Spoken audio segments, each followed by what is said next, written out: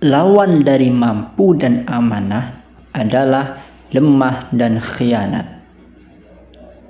Seorang pegawai atau pekerja yang merasa tidak mampu dan khawatir tidak bisa mengemban amanah, hendaknya tidak menerima atau meminta sebuah jabatan.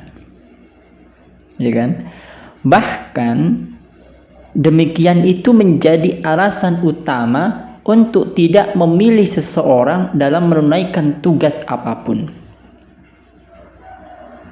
Justru dengan adanya kelemahan dan pengkhianatan sebenarnya menjadi alasan utama untuk mencopot dan memutuskan hubungan kerja serta menonaktifkan pekerja daripada tugasnya. Sehingga Rasulullah Shallallahu Alaihi Wasallam melarang Abu Dzar radhiyallahu anhu untuk memegang kepemimpinan karena ada kelemahannya.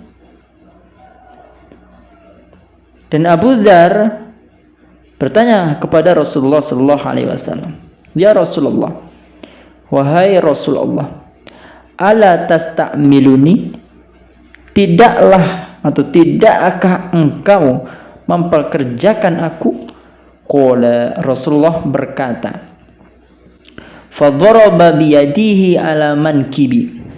Maka beliau menepuk pundakku, kata Abu Dzar, dengan tangannya seraya mengatakan, "Ya Abadzarin, wahai Abdzar, innaka dha'ifun, engkau lemah, wa innaha amanah, dan sesungguhnya pekerjaan itu adalah amanah, wa innaha yaumal qiyamah khizyun wa nadamatun illa man akhadaha bihaqqiha." Dan sesungguhnya ia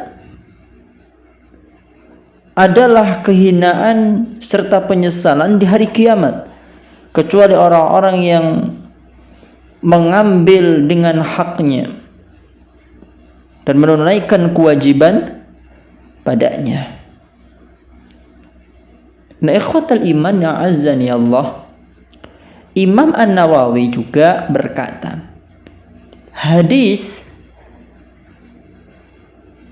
yang kita sebutkan tadi menjadi prinsip yang sangat agung untuk menghindari posisi jabatan, terutama bagi orang yang lemah dan tidak mampu menunaikan tugas-tugas jabatannya.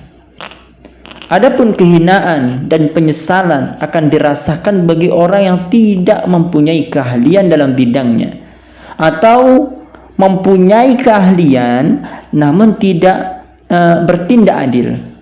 Maka Allah Subhanahu wa taala akan menghinakannya pada hari kiamat. Ikhwatal imani azani Allah. Oleh sebab itu, seorang muslim dilarang meminta suatu jabatan bila tidak ahli dalam bidangnya. Berdasarkan sabda Nabi kepada Abdurrahman bin Samurah, "Ya Abdurrahman ibn Samurah, la tas'al al-imarah." Wahai Abdurrahman, janganlah engkau meminta suatu jabatan. Fa innaka in utitaha an mas'alatin wukilta ilaiha. Jadi jikalau kamu diberinya dengan meminta-minta, maka kamu akan terikat dengannya. Wa in utitaha an ghairi mas'alah wa inta 'alaiha. Dan jikalau kamu diberinya tanpa meminta-minta, maka kamu akan dibantu atasnya. Itu kata Rasulullah. Jadi meminta jabatan tidak diperkenankan. Apabila diberi, maka akan dibantu. Siapa yang membantu? Allah dan Rasulnya. Nah, adapun kisah Nabi Yusuf alaihi wasallam bahwa ia meminta jabatan dan berkata kepada sang raja, qala ja'alni ala khazainil ardi inni hafidun alim. Jadikanlah aku bendahara negara Mesir. Sesungguhnya aku adalah orang yang pandai menjaga lagi berpengetahuan. Itu adalah perkataan Nabi Yusuf.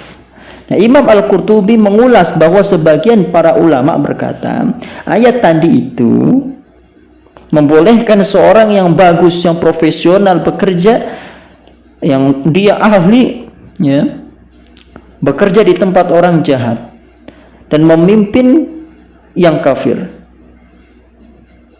Artinya apa? Kita boleh menawarkan apabila instansi atau sebuah tempat kerja itu adalah kebanyakan adalah orang-orang jahat atau dipimpin oleh orang kafir, maka boleh kita menjabat dengan syarat dia diserahi suatu pekerjaan yang tidak di bawah tekanannya dan diberi kebebasan untuk mengelolanya, tidak harus terikat.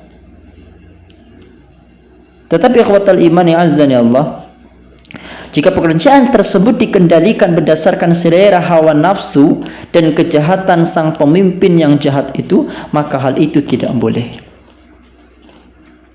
Nah, Imam Al-Mawardi berkata, dalam ayat ini terdapat dalil bahwa diperbolehkan bagi orang yang mensifati mengisi dirinya dengan keilmuan dan keutamaan.